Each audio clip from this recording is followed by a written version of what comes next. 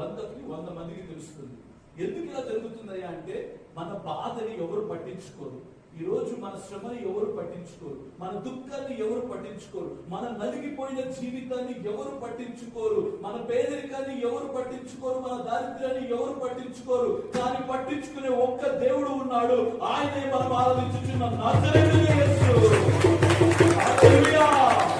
కాబట్టి ఈ దినమందు మనం ఎలాంటి స్థితిలో ఉన్నా పర్వాలేదు, మనము చేదైన మార్గంలో వెళుతున్నా పర్వాలేదు, మన అనుభవం ఎంత దుఃఖ స్థితిలో ఉన్నా పర్వాలేదు, ఈ దినమందు దేవుడు మనకు వాగ్దానం చేస్తున్నాడు. ఏంటో తెలుసా?